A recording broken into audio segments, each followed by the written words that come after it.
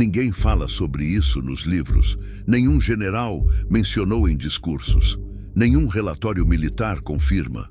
Mas entre os veteranos da Força Expedicionária Brasileira ainda se sussurra um nome que nunca apareceu em documento algum: Operação Sol de Aço. Uma missão tão improvável que o próprio governo brasileiro preferiu enterrá-la junto com os homens que a executaram. Dizem que aconteceu nos últimos meses de 1944, quando os ventos da guerra ainda sopravam gelados sobre a Itália e a sombra de Hitler ainda parecia impossível de dissipar. O mundo acreditava que os brasileiros estavam limitados ao Vale do Sérquio, combatendo nas encostas de Monte Castelo, mas naquela mesma época, 12 soldados brasileiros desapareceram de seus registros. 12 homens comuns, arrancados do barro de Minas e da poeira do sertão, escolhidos por um motivo que até hoje ninguém explica. E a missão que receberam, se de fato existiu, teria mudado o rumo da guerra. A história começa em uma manhã nublada de novembro no acampamento de Porreta Terme. A chuva fina caía sobre as barracas da FEB quando um jipe americano parou diante do quartel de comunicações. Dele desceu um major norte-americano, rosto sério, cigarro pendendo do lábio. Pedia 2 tradutores, um especialista em explosivos e um homem com boa pontaria e pouca conversa. O tenente brasileiro encarregado da companhia riu, achando que era piada. O major não riu. Ele trazia ordens assinadas por um comando conjunto aliado. Na pasta, o carimbo: Top Secret, Project Iron Sun. O grupo foi reunido no mesmo dia. Nenhum deles sabia para onde iria. O sargento José Nogueira Duarte, mineiro de Lavras, foi o primeiro nome escolhido. Ex-tropeiro, conhecia explosivos improvisados como quem conhece a enxada. O soldado Antônio Carioca Ramos, ex-mecânico do Exército, era o segundo, um homem que falava pouco e sorria menos ainda.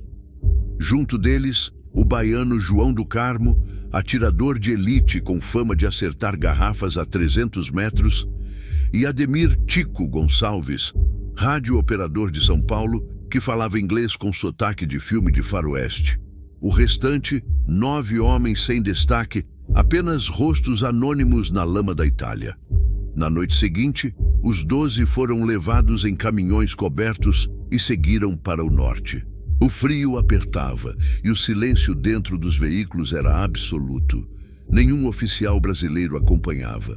Apenas o major americano, que não trocou uma palavra em 6 horas de viagem. Quando pararam, estavam diante de um casarão isolado nos arredores de Florença. Dentro, mapas sobre a mesa, linhas vermelhas, coordenadas. O major, com voz firme, explicou: os alemães estão evacuando cientistas e documentos do projeto V2. Um comboio parte amanhã ao amanhecer, rumo aos Alpes. Se chegar ao destino, o Reich pode ganhar meses de vantagem. A missão de vocês é impedir que esse comboio chegue, de qualquer forma. Os brasileiros se entreolharam. Um deles, o mais jovem, perguntou: e o apoio aéreo? O americano respondeu sem levantar os olhos: nenhum. Outro perguntou: quantos alemães? O major acendeu outro cigarro: demais para contar. Mas vocês não vão lutar com força, vão lutar com engenho. Nogueira olhou o mapa e reconheceu o terreno. Estradas sinuosas, montanhas cobertas de neve, pontes estreitas, um cenário impossível. Mas ele não recuou, apenas disse: dá para fazer. O major assentiu: é por isso que escolhemos vocês. Na madrugada do dia seguinte, partiram em 2 jipes descaracterizados, com uniformes sem insígnia e o silêncio como única companhia. Levaram cordas, explosivos, um rádio de campanha e 3 dias de ração seca. Nenhum deles sabia que estavam indo para um ponto sem retorno. Enquanto subiam as curvas da Toscana, a neve começou a cair. O rádio chiava, captando transmissões distantes. Nogueira pensava em casa, na mãe que talvez acreditasse que ele estava seguro em acampamento. No banco de trás, Carioca desmontava e montava a carabina com o movimento automático de quem sabe que em breve vai precisar dela. Por volta das 4 da manhã, chegaram ao vilarejo abandonado de Santa Andréia. As casas destruídas pela artilharia pareciam esqueletos à beira da estrada. Lá esperava um tenente americano loiro, franzino, com olhos cansados. Seu nome, Edward Baker, comandante da operação. Ele explicou que o comboio inimigo transportava materiais especiais protegidos por uma companhia inteira de Panzer Grenadiers. Nenhum exército aliado poderia intervir diretamente sem revelar a inteligência obtida. Por isso, precisavam de voluntários que oficialmente não existiam. Os brasileiros ouviram calados. Baker desenhou no mapa uma ponte de pedra sobre o rio Sérquio. Se ela cair, o comboio para. Se ele para, nós vencemos. Simples, direto, suicida. Nogueira respirou fundo e disse apenas: entendido. A travessia até o ponto da emboscada foi infernal.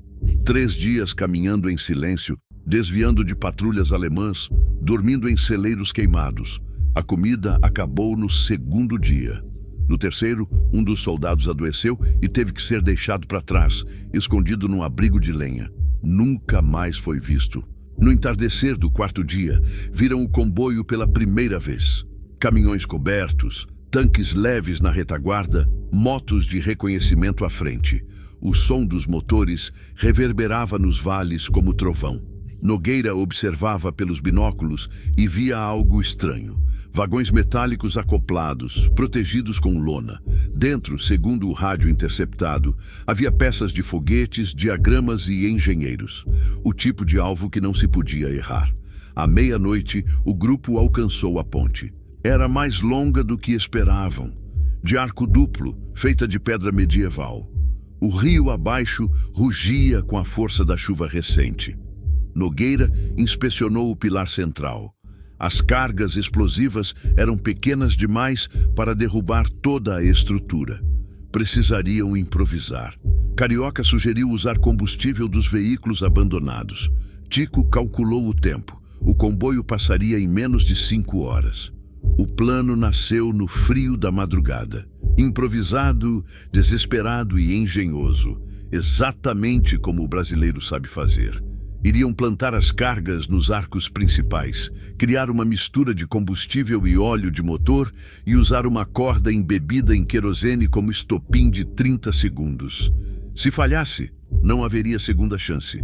Enquanto montavam o detonador, uma explosão distante ecoou nas montanhas. O rádio de Tico chiou e uma voz cortada sussurrou: Baker morto, missão segue com vocês. Repito, missão segue. Depois, silêncio. Nogueira olhou para os homens. Ninguém precisou dizer nada. O comando agora era dele. A operação americana acabava de se tornar uma operação brasileira. O vento uivava pelos arcos da ponte. O relógio marcava 3h40. A estrada tremia ao longe. Luzes, os faróis do comboio. 12 brasileiros invisíveis diante do exército de um império em colapso. Nogueira olhou para o estopim, depois para os rostos de seus companheiros. Disse apenas: hoje o Brasil vai fazer barulho no mapa. E então acendeu o pavio. O pavio queimava lento, cuspindo fagulhas no vento gelado. O estopim iluminava os rostos tensos dos brasileiros, um brilho amarelado refletido nas pupilas. Nogueira contava mentalmente os segundos. 30, 25. O rio rugia como um animal embaixo da ponte. Os faróis do comboio já recortavam a neblina ao longe, fileiras de luzes trêmulas descendo a serra. 20 segundos.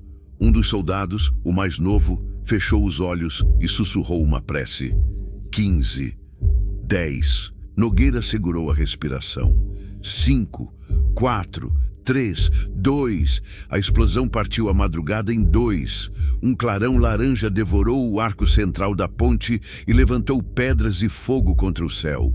O estrondo viajou pelo vale e fez os sinos quebrados das igrejas ruírem em eco. Os primeiros caminhões do comboio tentaram frear, mas era tarde demais. O chão desabou sob eles e toneladas de ferro e homens despencaram nas águas negras do rio Sérquio. O rugido dos motores afogados se misturou aos gritos. O fogo se espalhou e por alguns segundos parecia que a missão estava cumprida, mas o inferno só começava. Os tanques da retaguarda reagiram de imediato, abrindo fogo às cegas. A ponte, embora ferida, não cedeu completamente. Uma parte ainda se mantinha de pé, suficiente para os alemães atravessarem a pé. Fuzis cuspiram faíscas. Balas cortaram o frio como abelhas furiosas. Nogueira gritou para recuar, mas o eco de sua voz se perdeu entre os tiros. Carioca atirava com calma. Cada disparo uma sentença. João do Carmo, o atirador baiano, acertava os alemães antes que eles cruzassem o arco. O som seco dos tiros se misturava à chuva que voltava a cair. Em minutos, o campo virou lama e pólvora. Nogueira viu um de seus homens cair e rolou para trás de um pilar, respirando o cheiro de ferro queimado. O rádio de Tico chiava em desespero.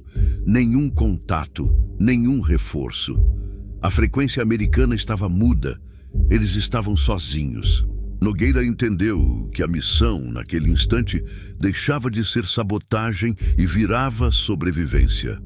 Os alemães vinham em ondas, gritando ordens em vozes roucas. E os brasileiros, com munição limitada, respondiam com o que tinham. Quando a última granada acabou, Nogueira improvisou com garrafas de combustível e trapos. A ponte virou uma fornalha, e no meio do caos, algo explodiu com força diferente. Um brilho azulado, breve, metálico. Um dos vagões metálicos do comboio incendiado começou a chiar e, em seguida, soltou uma língua de fogo que subiu aos céus. Era um foguete inacabado, um protótipo V2. Os alemães entraram em pânico, tentando conter o incêndio. O ar se encheu de fumaça densa e cheiro de combustível. "Recua!" gritou Nogueira, puxando Tico pelo colarinho. Eles correram para as colinas, atirando por cima do ombro. Atrás, o comboio explodia em cascata, uma sequência de clarões que iluminava as montanhas como relâmpagos. Por um instante, parecia que o próprio sol nascia no meio da noite. Foi ali que o nome Sol de Aço se gravou na memória dos sobreviventes. Horas depois, o grupo remanescente se escondeu numa mina abandonada. Dos 12, restavam 7, todos exaustos, feridos, cobertos de fuligem. O silêncio dentro do túnel era quase sagrado, interrompido apenas pela respiração pesada. Lá fora, o som distante de motores de busca e cães ecoava entre as pedras. Carioca limpava o sangue do ombro com um pedaço de pano. "A gente devia ter morrido lá embaixo", disse ele sem emoção. Nogueira olhou para o rádio inutilizado e respondeu: "Morto, a gente não termina o serviço." Pegou o mapa amarrotado e traçou uma linha até o símbolo de um depósito alemão a 8 quilômetros dali. "Eles têm mais desses foguetes. A gente vai fazer o resto do trabalho." Os homens o encararam em silêncio. Ninguém discutiu, ninguém sorriu, apenas assentiram. A caminhada foi uma tortura. Neve até os joelhos, frio cortante, o som constante de patrulhas ao longe. A cada passo, o peso da missão aumentava. No segundo dia, encontraram um vilarejo destruído. Uma senhora italiana, de cabelos brancos e olhar duro, os acolheu por uma noite. Ela não fez perguntas, apenas apontou o celeiro e deixou comida. Antes de dormir, contou que os alemães haviam instalado um laboratório secreto a poucos quilômetros dali, onde brincavam com fogo que vinha do céu. Na manhã seguinte, o grupo seguiu o rastro de trilhas de tanque e cheiro de querosene. Por volta do meio-dia, viram o complexo. Galpões camuflados entre pinheiros, cercas, holofotes. Uma bandeira nazista tremulava preguiçosa. Nogueira observou com o binóculo e disse: "É lá." O plano era simples e suicida. Invadiriam à noite, sabotariam o depósito e fugiriam pelas encostas antes do amanhecer.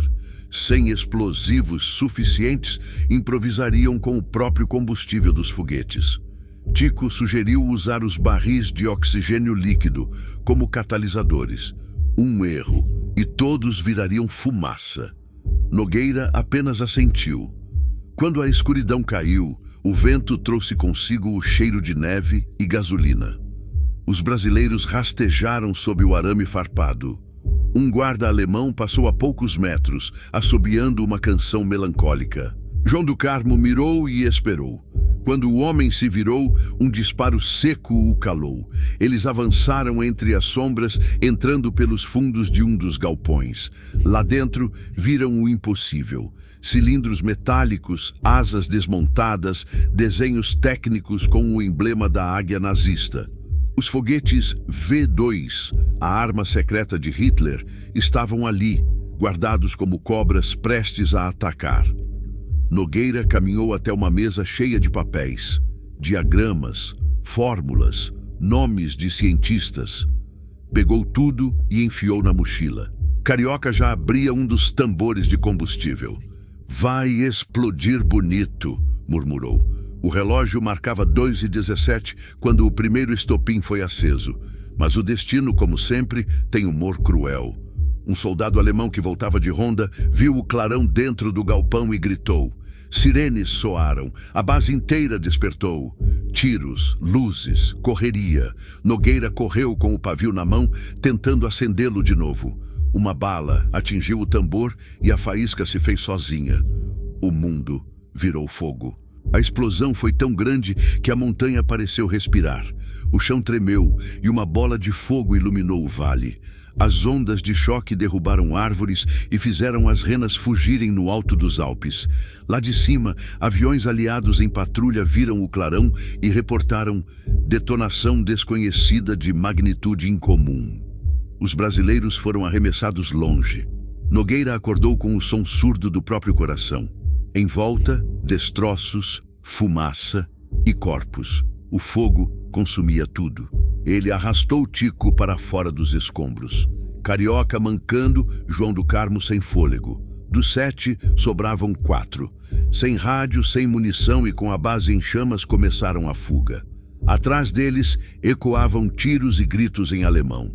A neve agora caía pesada, apagando pegadas e memórias. A cada passo, o corpo pedia descanso.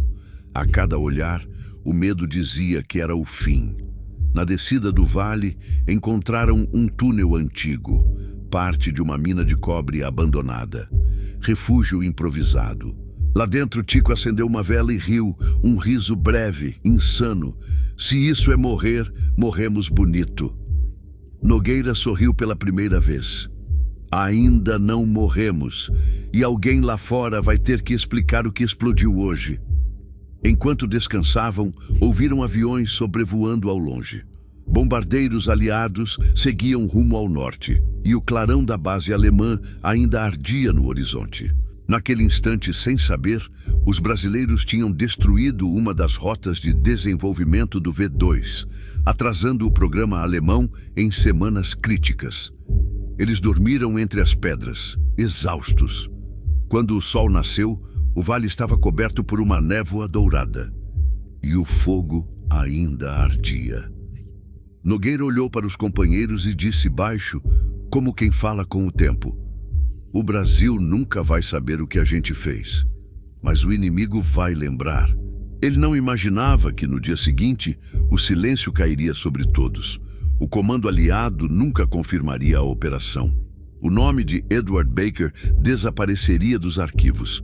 E o Grupo Sol de Aço se tornaria apenas um rumor, uma sombra perdida nas montanhas italianas. O silêncio que se seguiu durou dias. Nenhum rádio, nenhum reforço, nenhuma menção da missão. O frio voltou a dominar as montanhas, cobrindo de neve os destroços da base destruída. Quando o último avião alemão deixou o vale, apenas 4 brasileiros respiravam. Exaustos, famintos, carregando nas costas uma culpa e um segredo. Passaram 3 dias vagando pelas encostas até encontrarem uma unidade aliada britânica. Foram confundidos com desertores, depois com guerrilheiros italianos. Só quando Nogueira mostrou um fragmento do uniforme e os papéis técnicos salvos do incêndio é que um oficial percebeu o que estava diante dele. "Vocês são brasileiros?" perguntou incrédulo. Eles assentiram. O capitão britânico não soube o que dizer, apenas mandou que fossem levados a uma tenda e alimentados. Horas depois, chegou um major americano, rosto sombrio.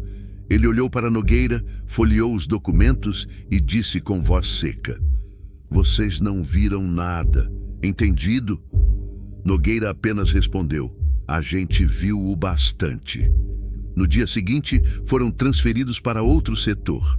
Nenhum registro oficial de sua captura ou resgate foi feito. O relatório de Operação Sol de Aço sumiu dos arquivos aliados.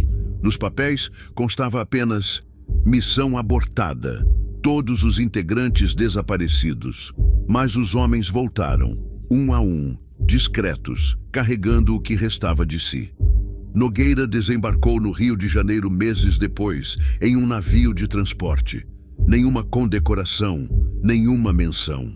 Apenas o olhar perdido de quem deixou algo nas montanhas. Tentou reencontrar os outros, mas foi informado de que não havia registro de nenhum destacamento com aquele nome. Quando insistiu, um oficial o aconselhou a esquecer. "É melhor para todos", disseram. Os anos passaram. O Brasil voltou à rotina. A guerra virou foto amarelada em livro escolar. Mas certas histórias se recusam a morrer. Em 1957, uma reportagem estrangeira mencionou uma operação misteriosa conduzida por tropas latinas nos Alpes italianos. O texto falava de uma explosão que atrasara os planos alemães de bombardeio por foguetes. Nenhum nome, nenhuma bandeira, apenas a frase: "Os homens vieram do sul e desapareceram no gelo." Décadas depois, nos anos 90, uma caixa metálica foi encontrada em um porão em Belo Horizonte. Dentro, um diário com capa de couro e páginas manchadas de ferrugem. O nome na primeira folha: José Nogueira Duarte. As anotações descreviam a viagem, a ponte, o comboio, a explosão. Uma linha em especial chamou a atenção dos pesquisadores. Se um dia alguém ler isso, que saiba que o Brasil lutou em lugares onde nunca pôde estar. O diário foi entregue ao exército e de lá nunca mais saiu. Alguns afirmam que foi arquivado sob sigilo. Outros dizem que foi destruído. Mas a história sobreviveu nas vozes dos poucos que ouviram os veteranos antes que o tempo os levasse. Um deles, filho de um dos soldados, relatou ter ouvido do pai no leito de morte: "A gente apagou o fogo do inimigo com as próprias mãos. E ninguém quis saber. O mundo nunca confirmou. O Brasil nunca comentou." A história oficial da FEB continua limpa, heróica e limitada aos campos italianos. Mas em cada relato, em cada rumor, há um ponto comum: o clarão que cortou as montanhas em 1944, visível a quilômetros, que nenhum exército soube explicar. Historiadores alemães registraram em diários de guerra uma detonação anômala que destruiu uma instalação experimental. O relatório cita ataque aéreo desconhecido, provavelmente sabotagem local. Nenhum avião aliado sobrevoou aquela área naquela noite. Nenhuma artilharia foi disparada, apenas fogo vindo do chão. Um fogo que os próprios alemães apelidaram de Sonne aus Stahl, o Sol de Aço. O nome ecoou discretamente em relatórios perdidos. Coincidência? Talvez. Mas há algo que os documentos não explicam. O impacto dessa explosão coincidiu exatamente com o período em que o programa V2 alemão sofreu seu maior atraso logístico.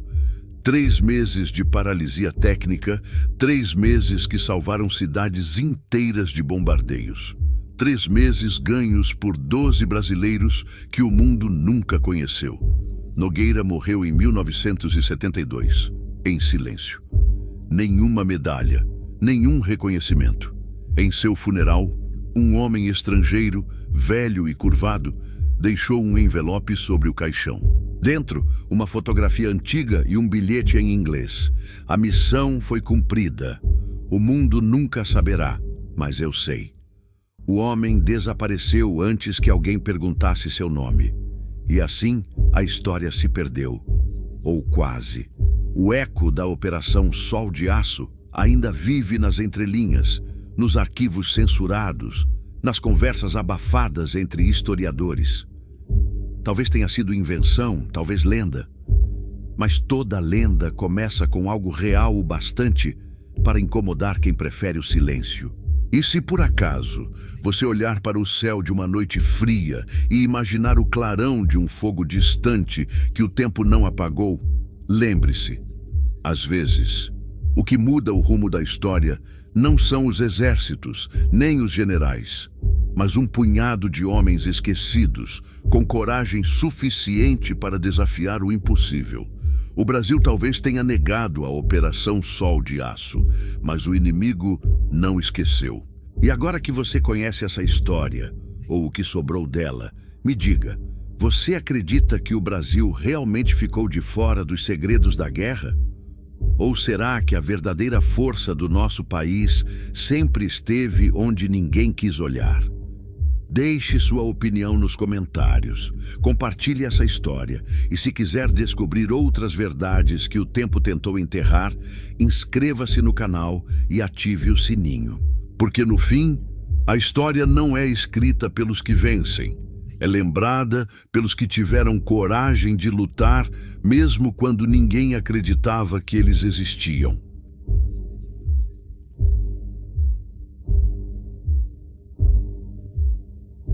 Te aguardo no próximo vídeo.